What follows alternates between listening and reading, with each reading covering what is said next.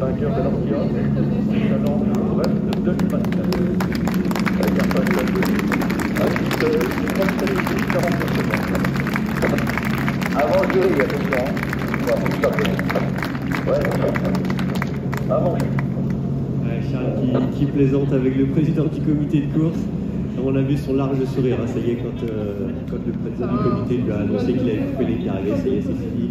Voilà. C'est lui, le grand vainqueur de cette édition. Si mon chrono dit vrai, il serait donc arrivé en 50 jours, 19h et 7 minutes. Précisément. On affinera pour les secondes tout à l'heure. C'est quand même pas mal, effectivement. Félicitations à lui. Ouais, il avait le grand sourire. C'est marrant, Charles, il plaisantait hein, avec le président du comité.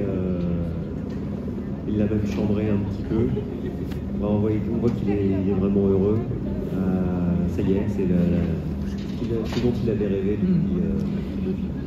C'est vrai que vous le connaissez bien, Yann. Vous avez navigué avec lui, vous avez été équipier remplaçant notamment en 2020-2021 lors des tentatives de trophée, du record du trophée Jules Verne.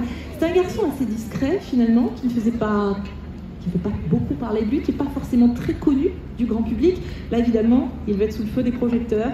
Il gagne peut-être la plus belle course de sa vie, de sa carrière, qui était déjà bien remplie. Oui, Charles, c'est quelqu'un qui a estimé que la valeur sportive était la valeur qui devait être au-dessus de tout. Et donc il a toujours choisi de se distinguer et de faire parler ses résultats sportifs avant tout. Il a couru après ce tour du monde pendant quelques années. Il rêvait de Vendée Globe. Oui, il ne l'a jamais fait. Il ne l'a jamais fait et finalement ce sera en tant que skipper d'un team qui réalisera ce tour du monde et qui plus est victorieux, donc il ne pouvait pas rêver mieux. C'est vrai qu'inscrire son nom comme ça pour une première course, hein, puisque c'est la première édition de ce tour du monde en solitaire en ultime, c'est comme vous le dites, on ne pouvait pas rêver mieux, certainement. C'est vrai que c'était un rêve qui s'accomplit là pour lui. Ouais, c'est des pionniers, hein, ces 6 marins qui ont pris le départ il y a maintenant 50 jours. Ouais. Ce sont des pionniers, on peut les comparer au Titouan Lamazou, le Perron, premier Vendée Globe, Dupont, Alain Gauthier, du premier Vendée Globe. En 1989, ils étaient 13 à l'époque à prendre le départ, effectivement, ils étaient 6 cette année. Voilà, des pionniers qui vont marquer l'histoire, certainement. Exactement. On verra si cette course sera suivie d'autres courses. Ouais, je suis sûr. On en est à peu près sûr. Ouais. C'est vrai que ça marque quand même un cap, c'est-à-dire qu'aujourd'hui, on sait que ces trimarans ultimes sont capables de faire un tour du monde et sont capables de disputer des courses. Donc c'est une nouvelle ère un peu qui va s'ouvrir. Ouais, tout à fait, ouais.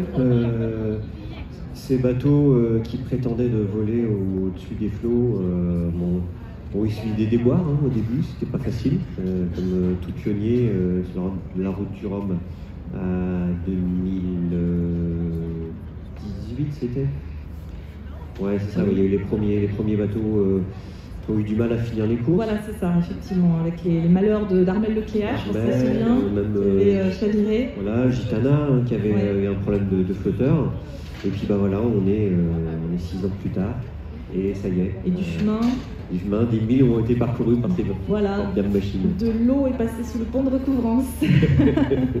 Effectivement. Yann, on va se quitter pour quelques instants. On va se retrouver dans une demi-heure. Ah voilà, son équipe, quand même, cette image, c'est son équipe qui monte à bord. Voilà, et ses enfants, me semble-t-il, il me semble que c'est sa fille là qui sert dans ses bras, Nina. Est-ce que c'est elle ou est-ce que c'est quelqu'un de son équipe? Je ne vois pas. On sait que ces 2 enfants potentiellement pouvaient monter à bord, ainsi que son équipe. Donc c'est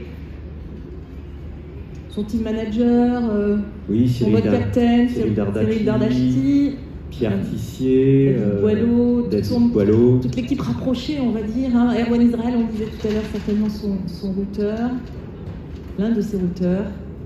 Tiffany Combo-Seta. Qui vont l'aider à convoyer ce bateau jusqu'à l'arrivée. Et lui, il va pouvoir profiter de ces moments. Yann Rioux aussi, qui est le mégaman attitré de l'équipe. Donc ça y est, les premières embrassades avec toute l'équipe, ça c'est des moments importants. Hein. C'est des moments qui qui reste pour la vie. C'est vrai que voilà, gagner une course c'est bien en solitaire, mais le partager c'est encore mieux. Voilà des images magnifiques.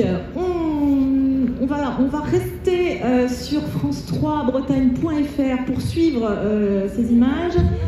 Sur la télé, on vous donne rendez-vous dans une demi-heure, à peu près le temps de regarder une émission littorale consacrée au photographe et peintre brestois Evan Le Bourdet, qui a notamment immortalisé l'entrée à Brest du sous-marin Le Suffren. Et on se retrouve donc juste après, dans environ une demi-heure, pour vous faire vivre, bien, avec Yann bien sûr, l'arrivée du Maxime de Rothschild à Brest. À tout à l'heure.